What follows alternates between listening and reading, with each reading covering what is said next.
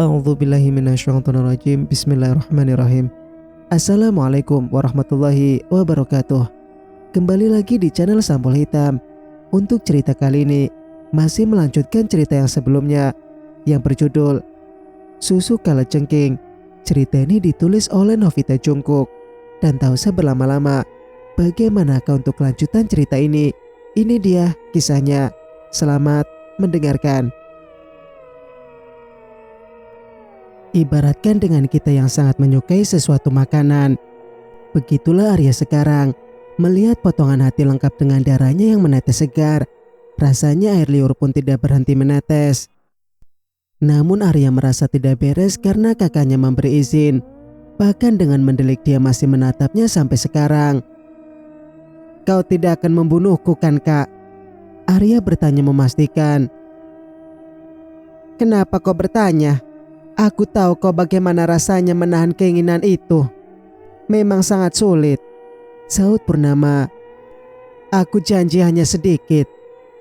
"Kau sungguh membiarkanku," ulang Arya karena tidak percaya dengan tingkah kakaknya. Purnama yang sedang membereskan mayatnya mangkurat untuk dibakar pun menoleh lagi kepada Arya. Sesungguhnya dia sangat tidak ingin bersikap kasar pada Arya sekarang. Karena Purnama tahu bagaimana rasanya menahan itu. "Makanlah. Aku bisa menahannya karena rasa sayangku pada ibu. Aku tidak mau ibu kecewa saat itu. Jadi kau makanlah saja. Biar ibu marah padamu dan dia hanya sayang padaku," ucap Purnama. Arya langsung membanting hati segar itu ke lantai karena sekarang tahu maksud kakaknya. Ibu Laras pasti akan sangat kecewa kepadanya. Bahkan mungkin akan begitu marah dengan kelakuan Arya. Ingatan dulu ketika Purnama sangat kesusahan menahan selera. Bu Laras dengan telaten mencarikan hati ayam dan dimasaknya. Awalnya Purnama menolak karena dia ingin yang mentah. Namun kasih sayang wanita tulus itu akhirnya bisa mengubah Purnama menjadi lebih baik. Dulu Ibu Laras sangat bangga kepada Arya. Mana mungkin sekarang Arya akan mengecewakan ibunya demi sepotong hati ini. "Kenapa tidak jadi makan? Aku tidak akan melarangmu kok," ucap Purnama. "Kau jahat sekali. Bagaimana bisa tidak mencegahku dan malah menyuruh aku?" kesal Arya. "Memangnya kau bakal bisa dicegah? Tadi siapa yang memohon padaku?" sinis Purnama. Arya hanya bisa menggeram kesal dengan tingkah kakaknya. Dia pun ikut membantu Purnama untuk membereskan mayatnya mangkurat ke bagian belakang rumah yang ada lubang. Setelah semua terkumpul, Purnama pun membakarnya. "Kak, apa? Menurutmu apa Bunai sudah hamil saat bunuh diri?" Arya bertanya pelan. "Kurasa tidak. Kalaupun iya, pasti janin itu ikut mati bersamanya," jawab Purnama lirih. "Aku harap juga begitu. Akan jadi masalah bila ada siluman ular lain," cemas Arya. Purnama mengangguk setuju dengan ucapan adiknya. Namun dia yakin kalau Nay tidak dalam keadaan hamil. Dan bila hamil maka bayinya ikut mati bersama di dalam rahim. Bau sangat gosong dari daging yang dibakar menusuk ke dalam hidung. Arya mengurus darah di dalam dengan kekuatan esnya yang bisa mencair.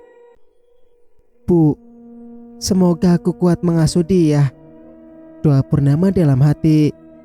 Arya butuh asuhan ketat karena ilmunya yang baru masuk itu. Dia bisa bertindak sesuai dengan naluri ularnya. Maka Purnama harus menjaganya dengan kesabaran.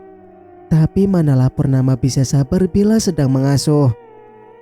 Karena itu juga dia tidak menyuruh Arya untuk cepat menikah. Dia takut bila Fatma lalai menjaga Arya. Lagi pula Fatma belum bisa sepenuhnya mengendalikan kekuatan peri angsa putih. Nanti malah akan jadi masalah bila cepat menikah. Purnama sudah sepenuh hati yakin kepada Fatma. Namun Aryanya masih sulit untuk membuka diri.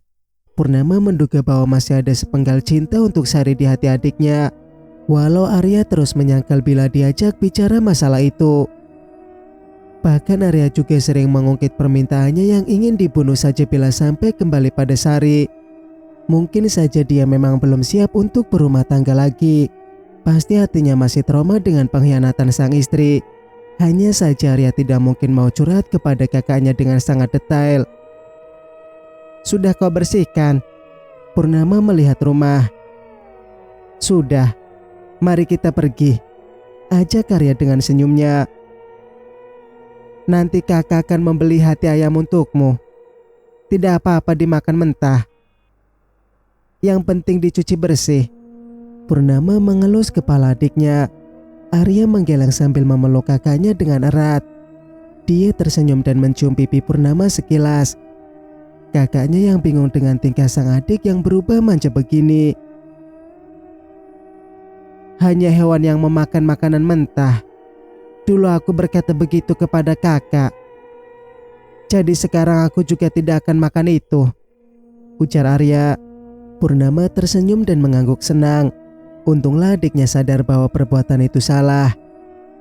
Kedua beradik ini segera pulang sambil tertawa bersama dengan gembira, diselingi canda tawa yang begitu renyah. "Alhamdulillah, dia bisa mengasuh adiknya." Habib bersyukur senang. "Istriku sangat dewasa bila begitu tadi ya, Bi." Zidan pun sangat senang.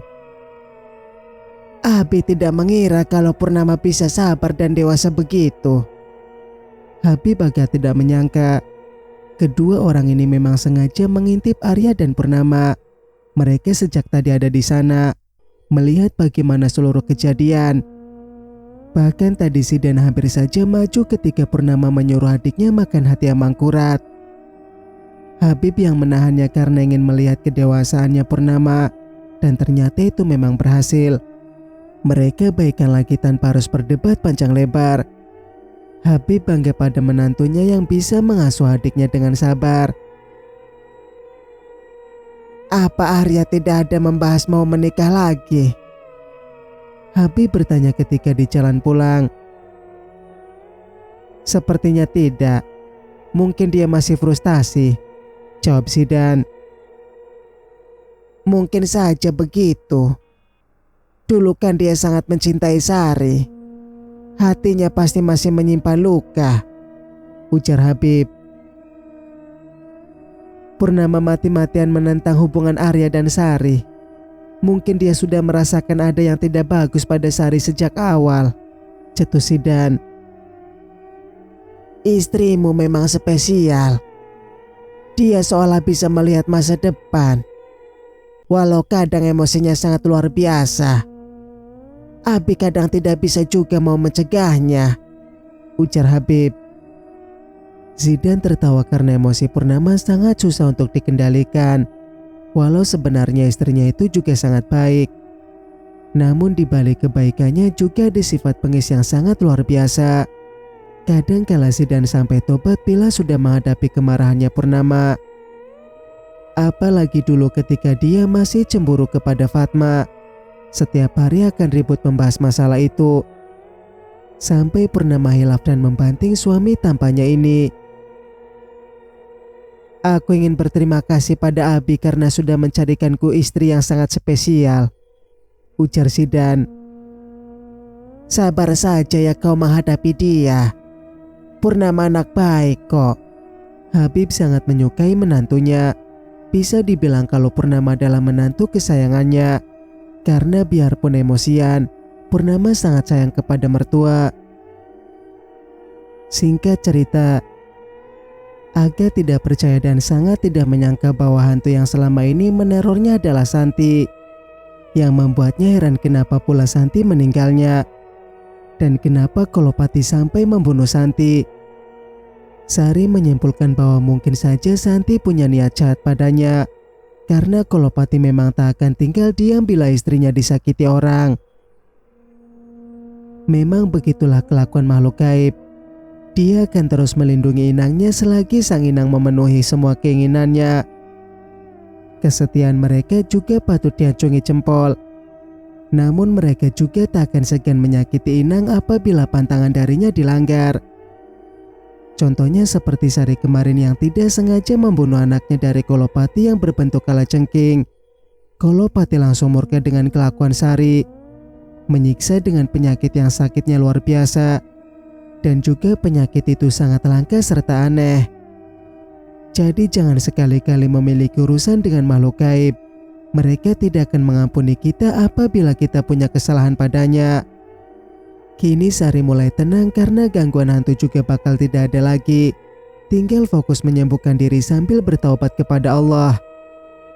Sudah cukup rasa sakit dan juga karma yang ia rasakan. Hatinya juga lelah karena terus ingkar kepada Sang Pencipta. Semoga saja kedepannya dia bisa lebih istiqomah dan taat kepada Allah tanpa harus berpaling lagi. Dan Sari juga memohon kepada Allah agar menghilangkan rasa cintanya kepada Arya sang mantan suami. Bohong apabila dia mengatakan bahwa sudah tidak punya perasaan lagi dengan Arya. Selain pria itu sangat tampan, dia juga baik. Tutur katanya lemah lembut, yang membuat Sari sangat kagum ketika Arya mengetahui perbuatannya. Pria itu memilih dia memendam. Baru setelah agak lama dia berniat bicara dengan Sari. Itu pun dia tak menjatuhkan tangan. Mungkin pria lain akan menghajar Sari habis-habisan sampai sekarat. Dari mana saja kau, Sari? Bu Mima berkacak pinggang di depan pintu. Dari rumah Habib, jawab Sari singkat saja. Ngapain sih kau ke rumah dia? Ibu bilangkan diam di rumah agar kau bisa sembuh, sentak Bu Mima. Aku berobat, Bu, agar hantu yang menggangguku hilang. Tolong jangan banyak tanya. Sari didorong oleh Lita masuk ke dalam. Bu Mima menghembuskan nafas kasar untuk membuang rasa kesalnya. Punya anak sama sekali tidak bisa menuruti keinginannya. Yang ada malah membantah terus. Padahal kemarin dia sudah senang karena Sari terjun ke dunia itu. Ibu satu ini sangat aneh karena malah senang anaknya terjun ke lembah nista. Tak peduli dengan dosa atau azab Allah. Yang penting dapat uang banyak dan hidup mewah bergelimang harta. Lita, kamu sebaiknya tinggal di sini saja. Bu Mima bicara kepada anak bungsunya. Kenapa tiba-tiba? Padahal sejak dulu aku memang ingin tinggal bersama kalian. Lita tersenyum ketir. Kau bisa mengurus kakakmu itu. Dia tak mau diurus orang lain. Lagi pula kan emakmu masih ada anaknya yang lain. Kau tinggal saja di sini. Bu Mima berkata enteng. Melihat keadaan Sari yang memang butuh teman. Lagi pula Lita memang sangat ingin tinggal bersama sang ibu. Sudah lama ia ingin merasakan tinggal seatap dengan ibu kandungnya. Namun baru sekarang ibunya mengajak. Ngomong dulu sama bibi ya. Kakak juga senang kalau kamu tinggal di sini, ucap Sari. Emak pasti boleh, Kak. Dia juga tahu kalau aku ingin tinggal bersama kalian. Lita menunduk. Ya sudah, tinggallah di sini. Emak kan punya anak yang lain, saut Sari. Kalau begitu aku pulang dulu ya. Mau ambil barang-barangku, pamit Lita. Sari mengangguk dan Lita segera pergi dengan motornya menuju rumah emak untuk berpamitan. Gadis itu sangat senang karena ibunya mau menerima dia.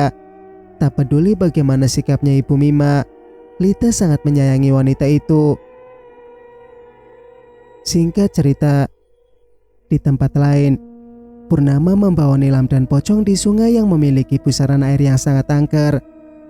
Konon Bram tinggal di sini untuk mencelakai orang yang tak sengaja lewat. Dia menjadi arwah gentayangan karena belum mendapatkan maaf dari sang istri. Mereka bertiga segera menuju ke sana agar Pocong bisa mandi. Ini pusarannya. Kau akan segera tampan sayangku. Nila memeluk Pocong dengan senang. Jangan centil sekali kau kuntilanak, sentak Purnama risih sendiri melihatnya. Nila melepaskan pelukannya pada Pocong. Mereka masih mengamati pusaran air yang sangat kencang itu. Siapapun yang masuk ke dalam pastilah akan mati. Purnama menatapnya lama untuk melihat apakah Bram memang ada di sana. Air bergelembung seperti mendidih dari dalam. Purnama sudah waspada karena Bram juga bisa dibilang hantu yang cukup kuat. Apalagi dia menguasai air. kekuatan purnama murni dari api. Api akan kalah bila berlawanan dengan air. Seharusnya Arya yang bagus untuk membawa pocong ke sini. Namun hari ini Arya tak mau diganggu. Dia ingin menghabiskan waktunya bersama Bularas menyambangi kuburan ibu tersayangnya. Mau tak mau purnama lah yang harus membawa pocong ke sini. Nanti malam sudah bulan purnama lagi. Batas waktu pocong hanya tinggal hari ini. Bila tidak segera disempurnakan, maka akan selamanya dia jadi pocong bermuka buruk dan gentayangan. Apabila itu sampai terjadi, pocong akan berubah menjadi sangat jahat tentunya. Maka dia pasti akan musnah selamanya di tangan Purnama atau Arya. Dengan sangat terpaksa itu pasti mereka lakukan. Apa aku langsung masuk saja, Pur? Tanya pocong. Baru saja pocong berkata demikian, air sungai yang awalnya jernih itu mendadak menjadi hitam dan bergelombang besar. Pram pasti akan menampakkan diri karena ingin bertemu dengan Nilam sang istri tercinta yang selama hidup sudah ia sia-siakan. Nilam, ini Mas sayang. Pram muncul dengan rambut seperti akar yang menjalar panjang. Iya, aku tahu kalau itu dirimu, jawab Nilam singkat. Kamu datang untuk tinggal bersama dengan Mas kan sayang? Tanya Bram penuh harap. Tidak akan pernah sudi aku tinggal bersamamu lagi. Tinggallah kau bersama Ratna yang sangat kau cintai itu, geram Nilam. Bram menangis sedih mendengar jawaban istrinya yang sangat tajam. Matanya merah menyala sambil menatap pocong yang ternyata bergandengan tangan dengan Nilam. Ia tidak terima apabila ada hantu lain yang mendekati istrinya. Bram masih terus menunggu Nilam untuk kembali padanya. Air semakin hitam pertanda hantu air kian marah. Tidak terima karena istrinya diambil oleh orang lain. Percakapan Nilam dan pocong membuatnya semakin naik darah. Bram tidak bisa terima bila Nilam menemukan pengganti dirinya. Sudah sering dia mengajak Nilam untuk tinggal bersama dirinya. Namun Nilam bersikeras menolak karena dia memang belum memaafkan Bram. Memang bukan Bram yang memfitnah dirinya. Namun kepercayaan Bram yang sangat lemah membuat Nilam kecewa. Andai saja saat itu Bram tidak terpengaruh dengan omongan Ratna dan ibunya, maka nasibnya Nilam tidak akan sepahit itu. Meninggal dengan tragis karena disantet oleh wanita yang mencintai suaminya. Kecewa dan juga marahlah yang Nilam rasakan. Pria yang ia cintai justru memulangkannya ke rumah orang tuanya. Bahkan seminggu setelahnya dia mendapat kabar bahwa Bram menikahi Ratna, orang yang sudah memfitnah dirinya. Kesedihan Nilam saat itu sangat dalam.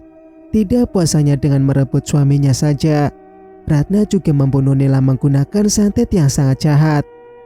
Bram juga tidak datang saat Nilam sudah meninggal. Karena itulah dendam Nilam sangat kuat hingga membuatnya menjadi arwah penasaran. Apalagi bapaknya juga kerap memanggil dirinya untuk balas dendam kepada semua orang yang sudah menyakitinya semasa hidup. Kakak pergilah, biar aku yang mengurus hantu air ini. Arya tiba-tiba muncul. Ternyata kau berubah pikiran. Ya sudah kalau begitu. Purnama pun melangkah pergi dari pinggir sungai. Arya menatap hantu air yang matanya menyorot jahat kepada pocong. Sepertinya dia sangat berambisi untuk memusnahkan pocong ini. Akibat rasa cemburu yang tak tertahan, Bram tak akan rela bila nanti Nilam akan bahagia bersama pocong.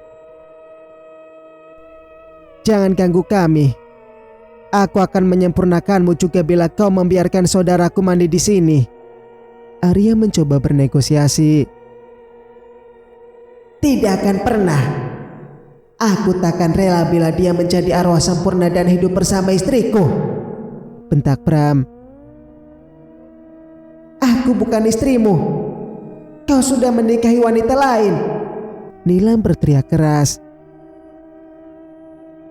Kau tetap istriku, Nilam. Kita tidak pernah bercerai, Bram berkata sendu. Nilam mengusap rambutnya yang sangat panjang. Ciri khas kuntilanak sekali memang.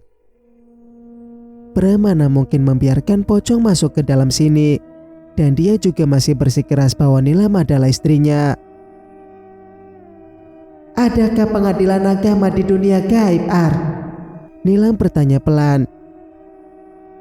Hah? Mau apa memangnya? Arya heran dengan pertanyaannya Nilam.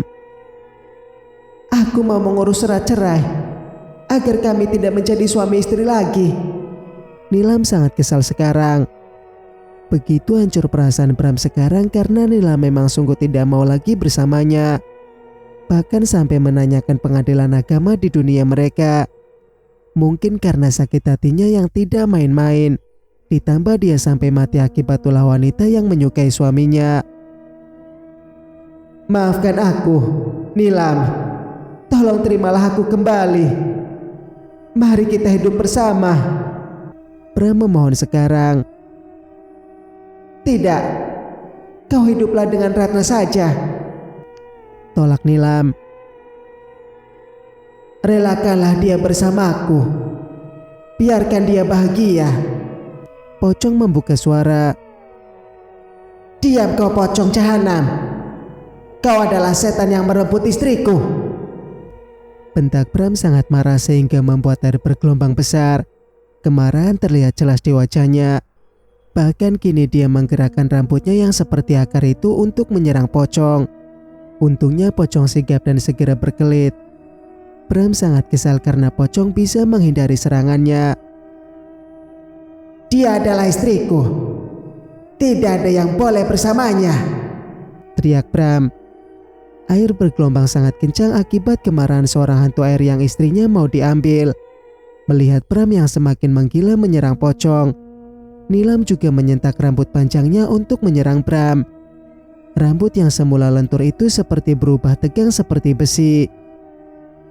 Bram mematung karena mendapat serangan dari istrinya sendiri.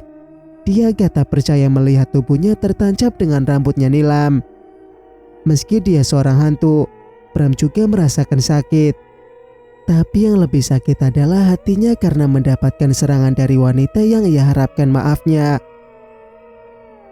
Kau tega padaku, Nilam. Tatapan Bram amat putus asa. Kau yang memulainya duluan. Kau pikir kelakuanmu dulu apa namanya? Teriak Nilam sambil meneteskan air mata. Aku sungguh minta maaf. Tolong maafkanlah aku, isak Bram. Semuanya sudah berlalu. Mari maafkan dia, Nilam. Dan hiduplah masing-masing. Kau bersama Ratna dan Nilam bersama Aksara. Arya membuka suara. Tidak akan pernah. Aku tidak rela. Bentak Bram menyentak tubuhnya agar terlepas dari tusukan rambutnya Nilam. Amukannya semakin parah karena dia tidak terima bila Nilam akan bahagia bersama Aksara. Mendung menggumpal-gumpal karena akan turun badai akibat amukan hantu air yang tidak terima bila istrinya diambil hantu lain. Kau begitu pengecut, Bram. Kau juga egois. Dirimu bisa menikmati bersama wanita lain. Tapi kau tidak bisa terima kalau Nilam bersamaku. Sinis Aksara. Diam kau brengsek. Bram kembali menyerang Aksara alias pocong. Kali ini Aksara tidak bisa diam saja membiarkan Bram bersikap seenaknya. Aksara membuka mulutnya dan dari dalam mulut itu muncul air berwarna merah. Itulah ludah pocong yang sangat ditakuti banyak orang. Tubuh yang terkena ludah akan terkena kemudian membusuk. Tapi ludah pocong dengan mudahnya dibuyarkan oleh Bram.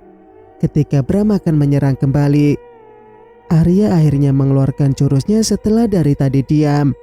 Seketika tubuh Bram membeku tak bisa bergerak. Lepaskan aku, siluman ular. Kau orang yang tidak bisa bersikap adil. Kenapa kau hanya membela dia? Teriak Bram ketika tubuhnya beku. Kau salah. Aku bukanlah orang. Lalu bagaimana aku bisa bersikap adil? Jawab Arya enteng saja. Cepat masuk ke dalam pusaran itu, Mas. Nila menyuruh Aksara masuk. Pocong yang wajahnya masih membusuk ini bergerak loncat ke dalam pusaran air. Pram begitu marah karena ada yang berani masuk ke dalam pusaran yang sudah seperti rumah baginya. Tapi dia tidak bisa berbuat apa-apa karena tubuhnya membeku. Arya dengan santai duduk di atas batu besar sambil mengunyah permen karet. Nilam yang berdebar karena tak sabar ingin melihat wajah Aksara yang menjadi roh suci. "Arya!" Nilam menjerit keras karena Bram bisa melepaskan diri dari belenggu es. Dia masuk ke dalam pusaran air. Entah apa yang akan terjadi di dalam sana. Arya dan Nilam kaget melihatnya. Singkat cerita, di tempat lain, motor yang dikendarai Purnama berhenti sebentar di toko roti. Mumpung masih di desa ini, ia ingin mampir sebentar untuk menjenguk mertuanya. Makanya Purnama mencari buah tangan. Mana mungkin hanya datang dengan tangan kosong. Setidaknya harus ada oleh-oleh walaupun kecil, agar hati orang tua juga senang. Toh dia juga sudah tidak punya ibu yang mau dirawat. Jadilah Umi dan Habib yang menerima kasih sayang dari Purnama. Orang tua itu juga begitu sayang pada Purnama, sebisa mungkin untuk menjaga perasaan Purnama yang sangat mudah emosi dan tersinggung dengan hal kecil. 2 kotak roti sudah Purnama dapatkan. Memang sengaja membeli agak banyak supaya cukup dimakan ramai-ramai. Tak khawatir tentang anaknya karena ada Zidan di rumah. Suami Purnama sibuknya bila sudah sore karena mengajar anak-anak mengaji di masjid. Kadang kala Zidan juga berpergian keluar kota untuk melihat usaha kos-kosannya. Dia memang tidak punya gaji tetap, namun bisa makan dari usaha tersebut. Zidan punya beberapa pintu yang setiap tahunnya tidak pernah kosong. Belum lagi kebun sawit yang baru dibelinya. Alhamdulillah Purnama hidup berkecukupan. Kok ada buah lontar itu? Purnama menghentikan lagi motornya. Teringat bahwa Fatma suka dengan buah lontar. Pernah dia membeli dan Fatma main ke rumahnya belakang. Ketika disuruh makan, Fatma makan sampai 3 buah. Arya juga suka dengan buah tersebut. Purnama pun membeli agak banyak. Setelah itu barulah siap ke rumah Habib. Tiba-tiba, bila kaki Purnama tidak kuat menahan motornya yang lumayan berat ini, sudah pasti dia jatuh ke aspal. Mana ini tempat agak sepi pula karena pinggirannya ditanami padi, padahal jalan sangat lebar. Astaga! Bu Mima terpekik melihat siapa yang ditabraknya. "Oh, ternyata kau ya. Memang suka sekali kau mencari masalah denganku." Geram Purnama menstandarkan motornya. Bu Mima menatap kanan kiri yang memang sama sekali tidak ada orang. Bisa mati nganggur dia di sini bila Purnama sampai menghajarnya. Mana baru pasang gigi lagi. Rasanya dia sangat sial sekarang. Niatnya tadi mau cari makanan keluar rumah, malah sial ketemu musuh bebuyutannya. "Apa matamu tidak bisa melihat motorku yang sedang melaju ini? Apa jalan ini masih kurang lebar?" Purnama berkacak pinggang. "Bukan salahku sepenuhnya. Cuma gores sedikit saja aku bisa kau ganti." Bu Mima malah mengeluarkan uang. "Jadi kau pikir aku tidak punya uang? Sepertinya kau sudah sangat kaya sekarang. Apa kau jadi lonte lagi?" Sinis Purnama. Dengan gayanya yang sombong karena merasa diremehkan dengan Purnama, Bu Mima mengeluarkan uangnya yang ratusan ribu dari dalam dompetnya. Dengan sangat angkuh dia menebar uang itu ke wajahnya Purnama.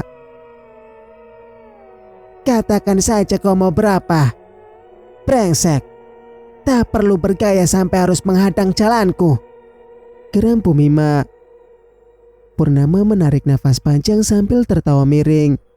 Gaya wanita gemuk ini sangat luar biasa. Padahal jelas tadi dia yang menabrak, tapi sekarang malah menyalahkan Purnama. Bu Mima heran ketika Purnama mengangkat celananya dan masuk ke dalam sawah. Bibirnya terus mencibir Purnama yang sedang mengaduk-aduk lumpur di antara padi-padi.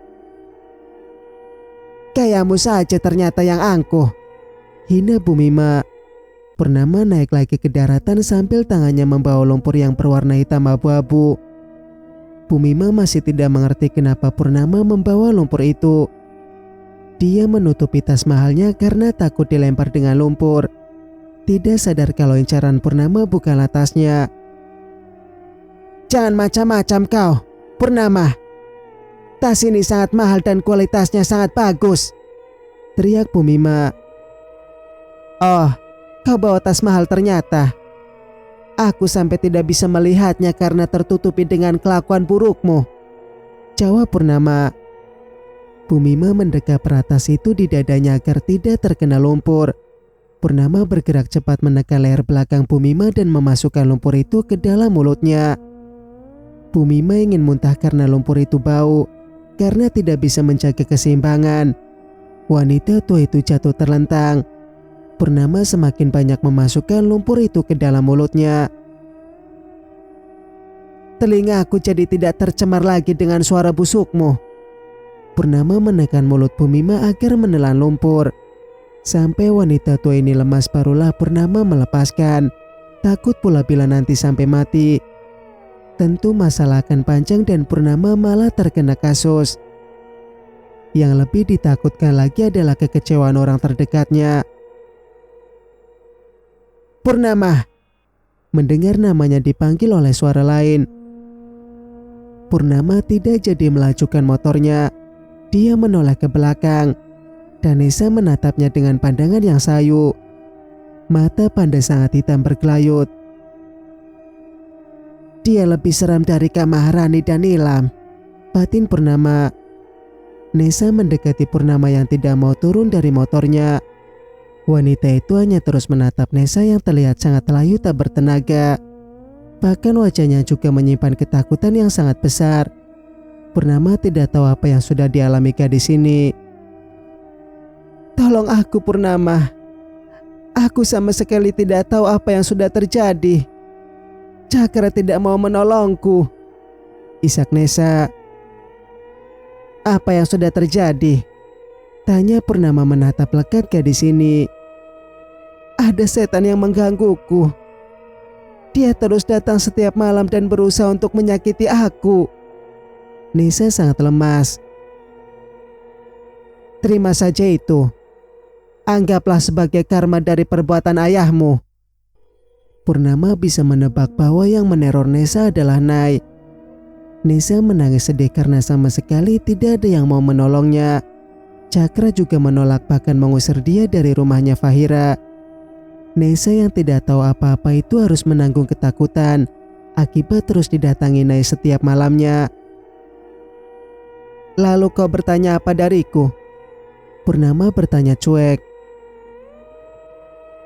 "Tolong buang setan itu, Purnama. Jangan sampai dia datang lagi menggangguku." Nesa memegang tangan Purnama. "Bagaimana bila kau disuruh taubat dan sholat?" tanya Purnama. "Aku dulu pas kecil pernah ikut mengaji kok. Aku hafal bacaan sholat. Ngaji juga bisa sedikit," angguk Nesa. "Naiklah." Purnama mengajak Nesa naik ke motor. Gadis ini dengan girang karena merasa ada orang yang mau menolongnya. Nesa memang berbeda dari saudara lainnya. Dia adalah manusia normal. Saat kecil dulu dia pun ikut mengaji bersama teman-teman yang lain. Namun Amangkurat mengetahuinya dan menghukum Nesa di dalam sumur selama 1 hari 1 malam. Bersambung, nantikan kelanjutan ceritanya di video berikutnya. Masuk pamit. Wassalamualaikum warahmatullahi wabarakatuh.